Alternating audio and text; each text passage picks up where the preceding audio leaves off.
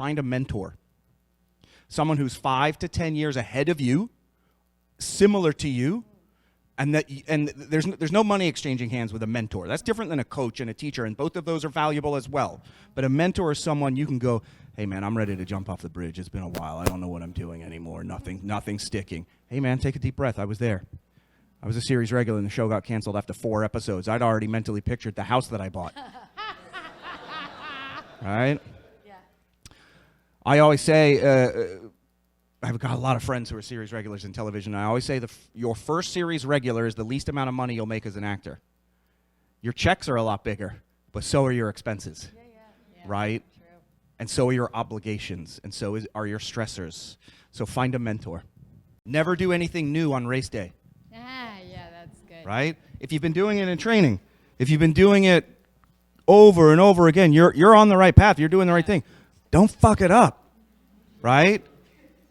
Yeah. There's a reason, like, when you got a callback, you're going to do the same thing. Actors are like, I'm going to show them 7 different choices than I gave them in the first audition. That's not why they gave you the callback in the first place. If they want you to do something different, they'll let you know, and that's fine. Be prepared and flexible and dynamic to change. But if you're already getting in the rooms and doing the things, you're aces already. This business is full of rejection. This business is full of no. This business is full of being told we're not good enough, right? That's outside noise. Don't add to that from yourself. And stay in the present. Don't beat yourself with the bat. There are 3 words that you should eliminate from your vocabulary today. Just, only, and aspiring. I just booked a local commercial. It was only a student film. It was just a one-line co-star. Fuck that, man. Take up that space. Do you know how difficult it is to book a one-line co-star on network TV? Thousands of people were submitted. Dozens or hundreds of tapes came in. You had to be passed from the casting director who had to be a champion for you. They had to be a champion for you and take you to producers. And the producers and the network, it all had to go up to suits who were not creatives. It only took one person along that entire chain to say no. It wasn't your job to have. But they all said yes. Booking a job is a small miracle. So don't diminish that light. Take up that space. There's 2 phrases that I think every actor should absorb. The first one is let it go. 3 most important words for an actor. It's not personal. It's never personal. It's not about you. There's a million reasons why you won't get the job.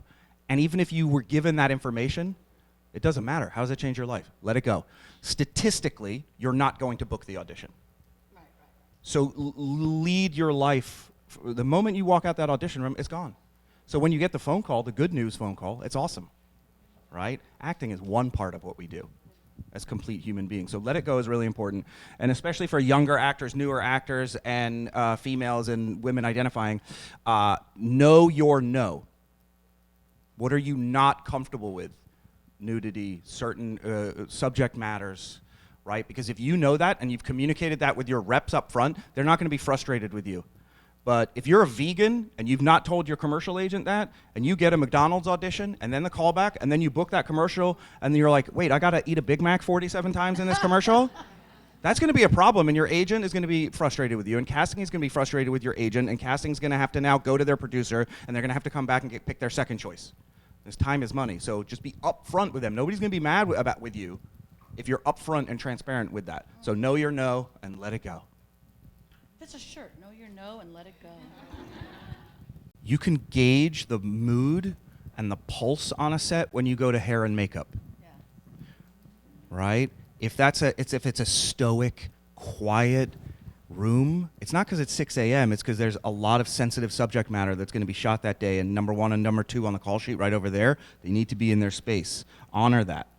Don't be cutting up. Don't be making jokes. But you can walk in at 6:01 a.m. to a hair and makeup trailer, and they've got they've got Justin Timberlake rocking, and they're already like, and everybody's gregarious and warm and fun. You're like, okay, it's professional, but all right, this is kind of a warmer. They're a little loosey goosey, and you can also mirror that, right? You're not gonna joke around, but you go, okay. It's cool. I can, hey, what's up? Hi, I'm Alex. I'm really excited to be here. Versus like just kind of chill out a little bit if it's a bit more serious. A lot of us, if you're really being honest with yourself as an actor, you want full-time results on part-time effort, right? A corporate job, minimum 40 hours a week. None of you are doing 40 hours on your acting career. You're not. And that's not to disparage any of you. I'm not. I have to be realistic with that. I can move the needle and do more. Unless you're in tech week of rehearsals for a play, you're not doing 40 hours a week. How many hours are you in class? How many hours are you prepping for that class? How many auditions a week do you get? How many hours are you prepping each audition? What are you working on your physical life? What are you working on your financial life, right? That doesn't equal 40 hours. So there is more that you can do. Don't willy-nilly waste that time. Got to be efficient and smart and targeted. But if you want full-time results, you can't do it on part-time effort. Life might suck right now. I might be in debt right now. I may be in a low-wage job right now. I'm just surviving. Okay, that's okay today. But get to a place where you pivot from survival to thrival. The idea of this like bohemian idea of the starving artist is bullshit. It's an expired methodology that doesn't need to exist. All of you have unique talents outside of this business that you can parlay into financial compensation. If you are constantly in a position where you are barely keeping your head above water, you're never going to get ahead. That's a struggle. There's 168 hours in the week. You have time to learn a new discipline. You have time to learn another skill.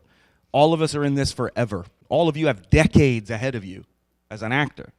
Who cares if it takes you 2 years to get a certificate in coding or graphic design or real estate or paralegal or legal transcription, whatever it is. Oh, it's going to take me 2 years to get that, man. Yeah, you got 45 years left doing this. And then you've got a way to work from a laptop. You've got a way to work while you're in Cleveland doing this.